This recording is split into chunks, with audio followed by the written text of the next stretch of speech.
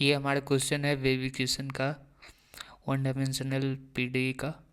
तो इसमें हमारे कह रहा है कि एक इलास्टिक स्ट्रिंग है जिसका लेंथ एल है, और ये फिक्स पॉइंट पे x इज इक्वल्स टू 0 और x is equals to L पे ये स्ट्रिंग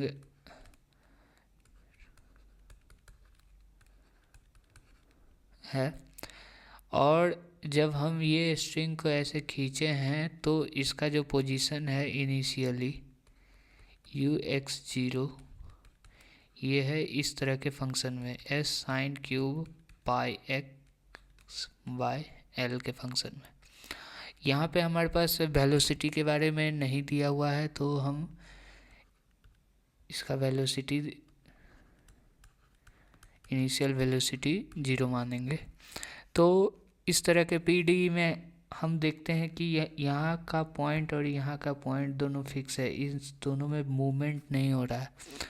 तो हमारे पास जो पीडी होगा वो होगा U X X is equals to C square U T T.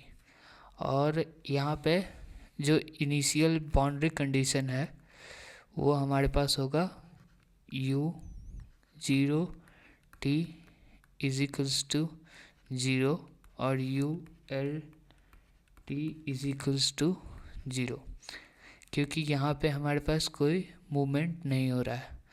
और दूसरा कंडीशन हमारे पास होगा यू टी वेलोसिटी टाइम 0 पे, इसका भी वैल्यू 0 होगा। और हमारे पास है initial position c sine cube pi X by L. तो इसका हम सॉल्यूशन हम लोग के पास होता है, पहले भी हम केसेस में देख चुके हैं। यू एक्स टी का summation n is equals to 1 to infinity sine n pi X by L, और यहाँ पे E N cos n pi c by L into T plus F N sine n pi c by L into T, इस तरह के form में होता है।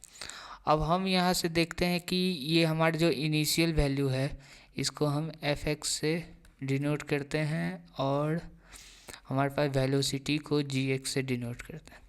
तो जब हमारे पास जो वेलोसिटी है वो 0 हो जाता है तो यहाँ पे एफ एन का वैल्यू 0 होगा, क्योंकि एफ एन का वैल्यू हम पहले देख चुके हैं, ये इस तरह से होता है।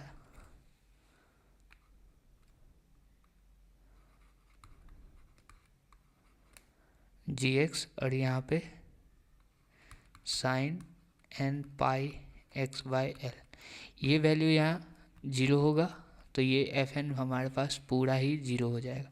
तो अब हमको यहाँ पे सिर्फ फाइंड करना है ई एन का वैल्यू। तो ये हमारे पास, इसको फिर से लिख लेते हैं, एफ एन जब 0 होगा तो हमारे पास सिर्फ बचेगा E N sine n pi X by L cos n pi C L T U X T पे। अब हम जानते हैं कि यू एक्स 0 हमारा इनिशियल वैल्यू है, summation n is equals to 1 to infinity E N sine n pi X by L, यहाँ 0 put करेंगे तो ये cos 0 हमारे पास हो जाएगा 1। तो और ये है एक साइन फोरियर साइन सीरीज, और फोरियर साइन सीरीज का जो कोफिशिएंट होता है उसका वैल्यू होता है E N is equals to 2 by L integration 0 to L F X sine n pi X by L D X. और हमारे पास एफ एक्स का क्या वैल्यू दिया हुआ है, c sine cube pi X by L. तो अब हम यहाँ से ई एन का वैल्यू निकालेंगे। ई एन का वैल्यू निकालने के लिए हमारे पास है 0 टू एल। चलिए दूसरा स्लाइड में हम जाते हैं।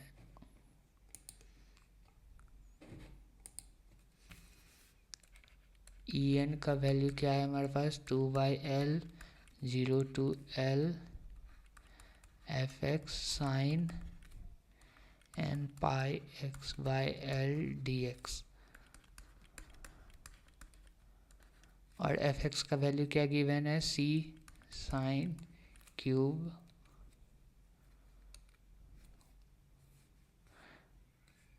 पाई x/L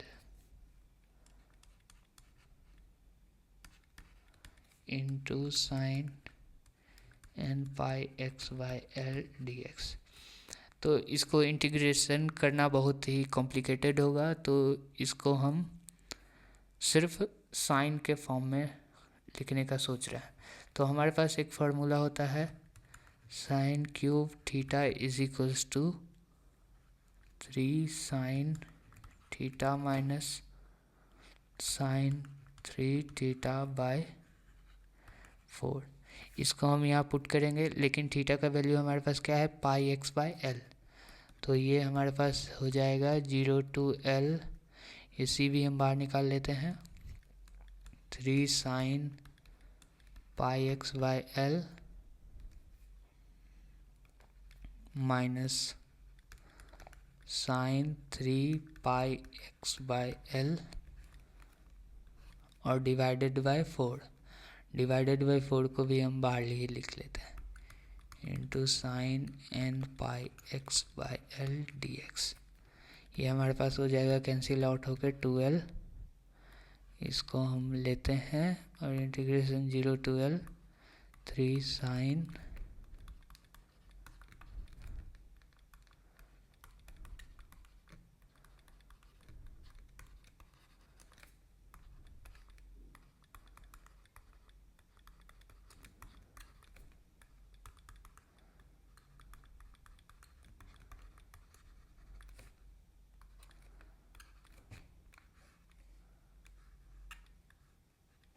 हमारे पास दो इम्पोर्टेंट फार्मूला होते हैं इंटीग्रेशन का, जिसको हम यूज़ करना चाह रहे हैं। वो फार्मूला होता है 0 to pi sine N X sine M X D X. ये इसका वैल्यू 0 होगा जब m not is equals to n होगा, और इसका वैल्यू π/2 होगा जब m is equals to n होगा।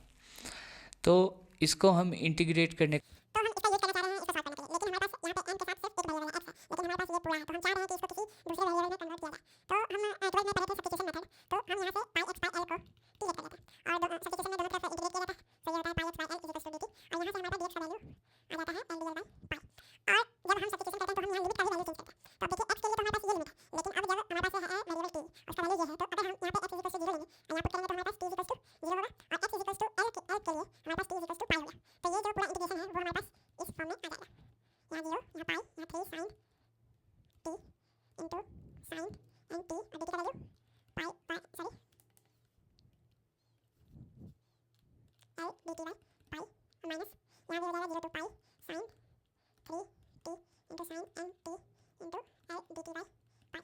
और ये L/पाई तो कांस्टेंट है, दोनों में है, तो इसको हम बाहर निकाल सकते हैं। हमारे पास आ जाएगा L/पाई को हम अगर बाहर निकालें तो हमारे पास होगा L/पाई इंटीग्रेशन 0 to पाई, यहाँ 3 कॉमन ले लेते हैं, sine t sine n t d t minus 0 to pi sine 3t sine n t d t. अब हम क्या फार्मूला लगाना चाह रहे थे कि अगर इंटीग्रेशन 0 to पाई हो sine M x sine N x, इसका वैल्यू 0 हो जब n not is equals to m हो, और इसका वैल्यू π/2 हो जब m is equals to n हो। तो और ये हमारे पास ई एन का वैल्यू है, तो हम यहाँ पे क्या वैल्यू पुट करें जो इसका वैल्यू हमारे पास π/2 हो। तो यहाँ पे हम देख रहे हैं यहाँ n है, यहाँ 1 है, तो अगर हम E1 लें, यहाँ से कैंसिल आउट हो जाएगा c/2 पाई। यहाँ पे अगर हम 1 लें तो ये हमारे पास इंटीग्रल हो जाएगा sine t d t minus 0 to pi sine 3t sine t d t. हम यहाँ देख रहे हैं कि ये है 3, यहाँ पे ये है 1, और हम देख रहे हैं कि अगर n और m बराबर नहीं हुआ तो इसका वैल्यू क्या हो जाएगा, 0 हो जाएगा। तो इस केस के लिए हमारे पास इसका वैल्यू 0 हो गया, और यहाँ पे बराबर है तो इस केस के लिए यहाँ भी 1 है, यहाँ भी 1 है, इस केस के लिए हमारा वैल्यू π/2 हो गया। तो ये हमारे पास आंसर हो गया 2/π × 3 × π/2। ये हमारे पास 0 हो गया, यहाँ से कैंसिल आउट हो जाएगा, ये हमारे पास बचेगा 3c/4। उसी तरह अगर हम E2 करें तो हमारे पास क्या होगा, c/2π 302 pi sine t sine 2t dt minus 0 to pi sign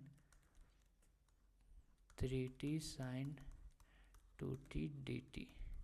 यहाँ देख रहे हैं यहाँ 2 है, यहाँ 1 है, अगर डिफरेंट हो, यहाँ भी 3 है, यहाँ 2 है, डिफरेंट हो तो क्या वैल्यू आएगा, 0।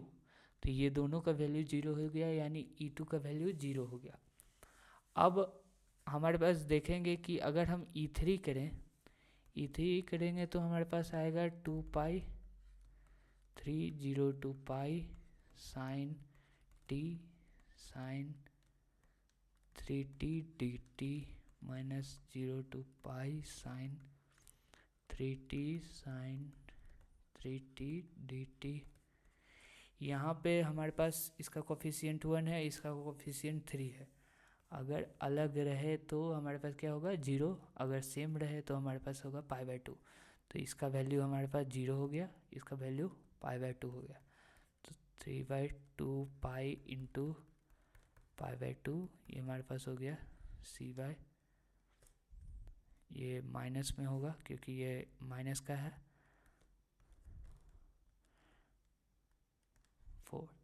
तो हम देखें कि E1 हमारे पास है, E2 का वैल्यू, E3 का वैल्यू है, E2 का वैल्यू 0 होगा। अब 4 हम पुट करेंगे तो यहाँ 4 हो जाएगा, यहाँ 1 हो जाएगा, तो हमारे पास दोनों m = n नहीं होगा तो 0 हो जाएगा। यहाँ 4 करेंगे तो भी ये दोनों अलग है तो 0 होगा। 5 करेंगे तो सारे वैल्यू के लिए 0 होंगे, सिर्फ और सिर्फ हमको मिला E1 और E3 का वैल्यू। E1 E3 का वैल्यू मिला, तो हमने सॉल्व किया था, E1 का वैल्यू हमारे पास इतना आ रहा था, E3 का वैल्यू इतना आ रहा था, और बाकी सारे का वैल्यू 0 आ रहा था, और हमारे पास जो UXT था वो इस तरह का था। अब हम इसको कैसे लिख सकते हैं, इसको लिख सकते हैं E1 sine πx/L cos πct/L plus E2 sine 2πx/L cos 2πct/L plus E3 sine 3πx/L cos 3πct/L plus E4, ऐसे यहाँ कुछ होगा और बाकी। लेकिन हम देख रहे हैं यहाँ E2, यहाँ सिर्फ और सिर्फ हमको मिला E1 और E3 का वैल्यू, यानी E1 और E3 का वैल्यू, और बाकी सारे वैल्यू के लिए बाकी सारा वैल्यू हमारे पास 0 हो रहा है। तो हम यहाँ पे सब्स्टिट्यूट करेंगे तो हमारे पास होगा 3c/4 sign πx/L cos πct/L और यहाँ minus c/4 sign 3πx/L cos 3πct/L, बाकी सारे के लिए 0। तो ये हमारे पास रिक्वायर्ड सॉल्यूशन मिल गया UXT, जो कि क्वेश्चन में कह रहा था find the displacement UXT। Thank you.